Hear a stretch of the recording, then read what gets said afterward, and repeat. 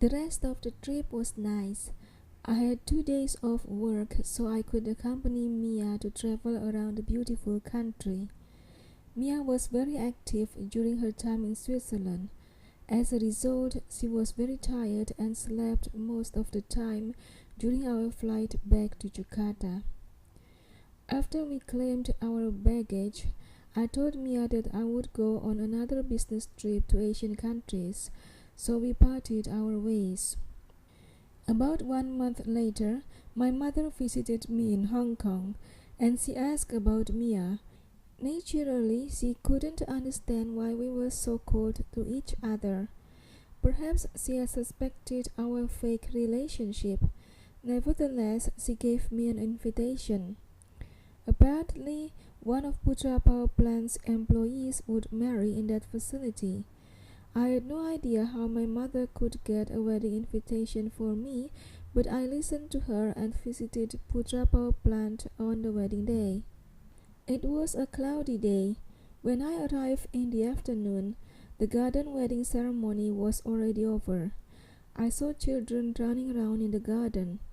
I wished I could bring my nieces along. They would have been very happy playing in the garden. How could I forget Mia's extreme garden rule? I went to the dining room where the wedding evening party would be held. The party wasn't started, but there were plenty of food in buffet style. Everyone knew me and greeted me. One of the kitchen staffs explained to me that the celebration had started since the day before. Last night they prepared special meals for dinner. Today food kept on coming out of the kitchen the whole day. She gave me a tour to the kitchen. She even took me outside to show a traditional way of barbecuing a whole goat. When I returned to the dining room, Professor Johnston was waiting for me. He asked me to join him for fishing in the pond. He brought several fishing rods. He said that older children usually like to join him fishing for dinner. He was right. When we arrived at the pond, some children came to us. We ended up teaching them how to fish and watching them do it because we are running out of fishing rod. The groom and the bride are resting. Mia has been with the bride since early morning and she takes a rest too. I woke up late today, so I am not tired yet, Larry explained to me while we sat in the pavilion beside the pond. It was clear that the pavilion was the place of the wedding ceremony. It was beautifully decorated with a lot of flowers. In this place, are weddings always this nice? I asked. Yes, our weddings are beautiful, but today we have more expensive food than usual. The facility is free, but they must pay for the cost of food and tips for housekeepers and kitchen staffs. The tip for housekeepers is calculated based on the number of guests. The tip for kitchen staffs is based on the amount of time they need and the level of difficulty to prepare the food. The groom paid a lot of money for this party, but I guess the bride deserves it, Larry said. Talking about weddings, when will you have your wedding? I laughed. I will never have a wedding. I enjoy my life as a single, I said. Don't say never. I think you and Mia have a spark, he said. What about you and Mia? Have you ever had a crush on her? I asked. Not crush, but once I thought she might like me, but I guess she has never liked me. Maybe she is like you, wants to be single for life. She was very nice to me though, before we hired Dr. Peter Barra. He was my student in MIT. As soon as he finished his doctorate program, I urged Mia to hire him. I said to Mia that I would resign if she refused to hire him. Since then, we had never-ending arguments until Dr. Barra resigned, Larry said. I've made a correct guess that it was Larry who forced Mia to hire Peter. What was the argument about? I asked. Oh, Dr. Barra is a genius. I've always supported his ambitious ideas, but Mia has always disagreed, Larry answered. Then you must be an ambitious person yourself, I said. Perhaps, Larry said. By the way, your mother came here all the way from Amsterdam. She seemed to support your relationship with Mia. Sometimes I feel ashamed that my mother still interferes with my personal life. I am already 40 plus, I said. My parents don't like Mia. They don't understand why I want to work in a third world country when I can work in America for a better salary, he said. So you receive lower salary here? I asked. Not really. Mia allowed me to work as a part-time professor for online studies in a university in the US, he said. Do you have a plan to return to USA? I asked. Oh, don't ask that question when Mia is around. She might feel depressed, he said. I might return in 2 or 3 years. Do you think Mia is a good leader? I asked. Yes, no doubt. The only thing is I am too ambitious to work in this small company. I came here because of my love for science, yet we don't have new innovation for years. After she receives her patent, I'll stay another year or two, he answered. Anyway, I think we have enough fish. Let's get back to the kitchen. Professor Johnston asked the children to stop fishing. We brought the fish to the kitchen. I returned to the dining room while Larry remained in the kitchen. I was greeted by Jaka the groom, who was very happy to see me.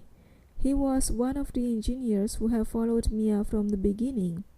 The other one was Yusuf, who was also there with his wife and children. They urged me to stay for the night. Jaka said that Mia had agreed to let me stay in her room because that night she would stay in her office. The other rooms were full of guests. Mia came in with the bride Tarawati and her entourage. Apparently, it was a modern wedding party. The bride didn't wear her wedding gown anymore. She wore a sequin dress just like the other women in her entourage. The party started as soon as they came. They danced from traditional waltz to modern mob dance. They sang karaoke, and of course we could eat and drink anytime. Guess who else came to the party? Peter Barra. Jaka introduced Peter to me. I learned that they were close friends. The party went on until late of night, but I was already sleepy around 10 because I was too busy recently. Mia showed me the way to her room where I would sleep for the night. After she explained all the necessary details, she left me alone in her huge bedroom that was overlooking the lightning power plant. Although it wasn't raining yet, they have harvested lightning. Those lightning occurred more often than I used to experience, and they were so close. It was such a horrifying scene with deafening sound. How can anyone sleep in here? Luckily, I was so tired, so I could sleep in the scariest bedroom in the world.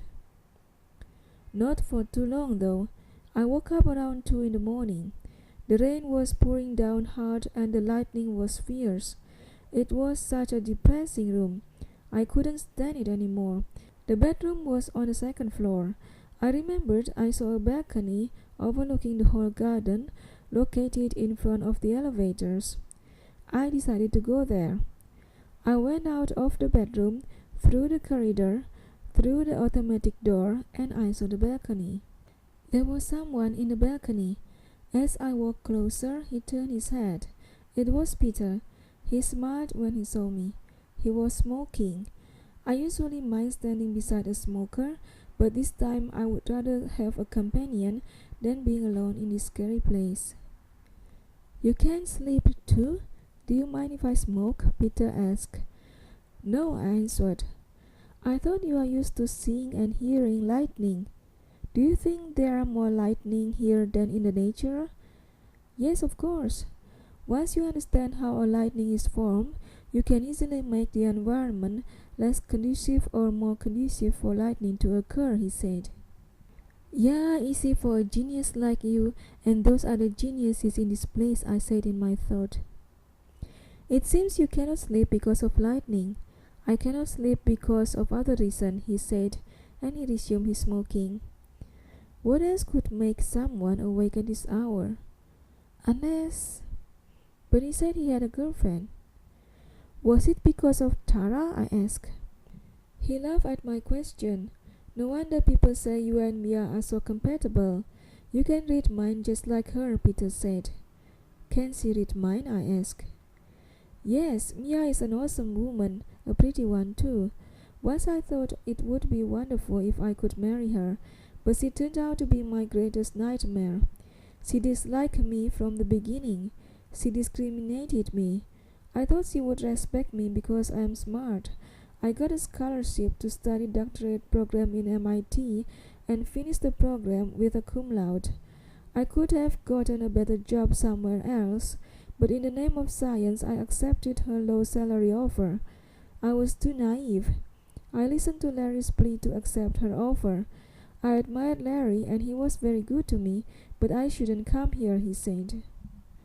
There are 5 engineers here, and I am the only one who may not access the lightning power plant.